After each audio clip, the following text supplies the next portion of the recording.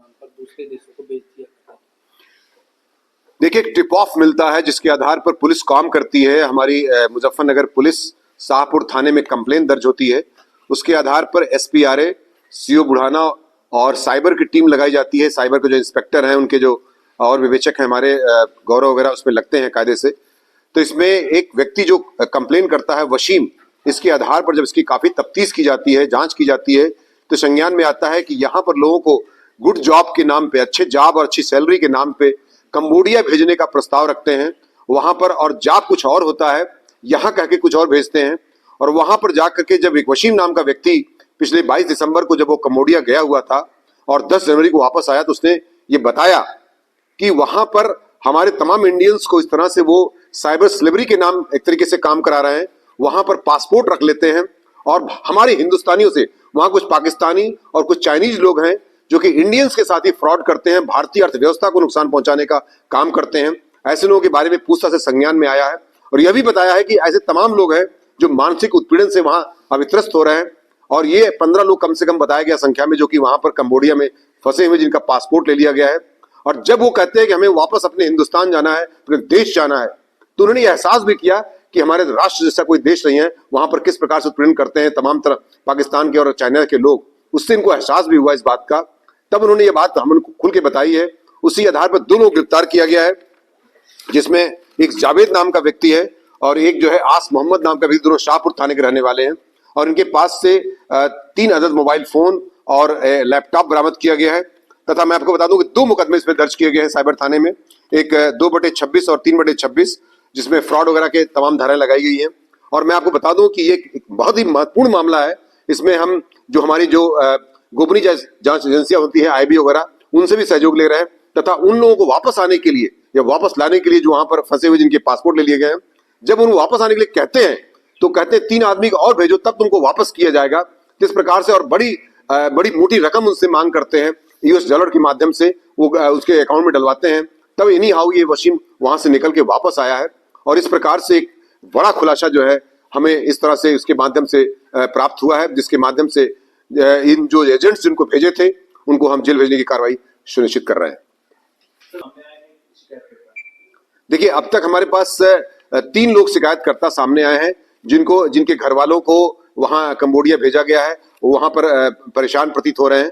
इसमें कुछ हमारी दिल्ली की एजेंसी, एक जो ऐसी कोई बिना अनरजिस्टर्ड एक कंपनी का नाम, कंसल्टेंसी कंपनी का नाम सामने आया है, जिसके लिए हमारी टीम इसमें जांच कर रही है कि ये लोग भी पहले कंबोडिया भेजने के नाम पर यही लोग पहले कंसेप्ट हमारे मुजफ्फरनगर जिले को दिए थे, जिसके आधार पर इस तरह का कार्य इस जनपद में संचालित हो रहा है। इसमें गोरखपुर, औरैया या हमारे मुजफ्फरनगर, मेरठ के भी तमाम लड़के वहां कंबोडिया में जाकर के साइबर स्लेवरी के रूप में काम करते हुए फंसे हुए हैं, जिनके बारे में जानकारी करके विधिक कार्रवाई सुनिश्चित की जा रही है।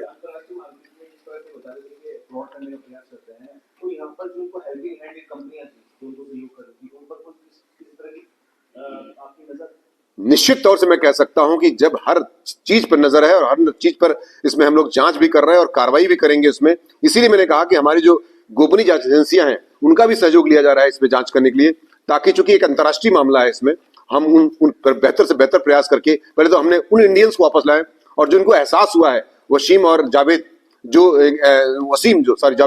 वशीम जो है, जो हमारा कंप्लेंट है, जो हमारा शिकायत करता है, उसने एहसास किया कि हमारे तमाम भारतीयों को ठगने के लिए इस्तेमाल कर रहे हैं। वो निश्चित तौर से एक तरीके से भारत देश के साथ धोखा करने का प्रयास वहां किया जा रहा है। अब तक देखिए, ये अभी मैं इतना कह सकता हूं कि ये 3 करोड़ 6 करोड़, अभी बॉम्बे के कुछ मामले आए हैं कि बहुत बड़ा फ्रॉड किया गया है, या हमारे जनपद में 3 करोड़ का एक फ्रॉड किया गया था। ये सब कंबोडिया से जुड़े हुए कुछ मामले हमारे संज्ञान में आए हैं।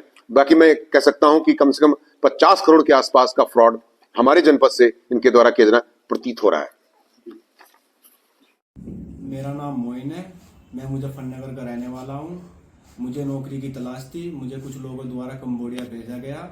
वहां पर जाने के बाद मुझे कुछ पाकिस्तानी लोगों द्वारा और चीनी लोगों द्वारा हमारे देश को ठगने का काम कराते हैं। वहां पर साइबर स्कैम होता है, तो इसलिए मैंने वो काम करने से मना किया, तो मुझे बहुत ज़्यादा टॉर्चर किया गया। फिर जैसे तैसे करके मैं झूठ बोलकर अपने देश वापस आया। मैंने मुजफ्फरनगर पुलिस से कंप्लेन की, वे कार्रवाई कर रहे हैं।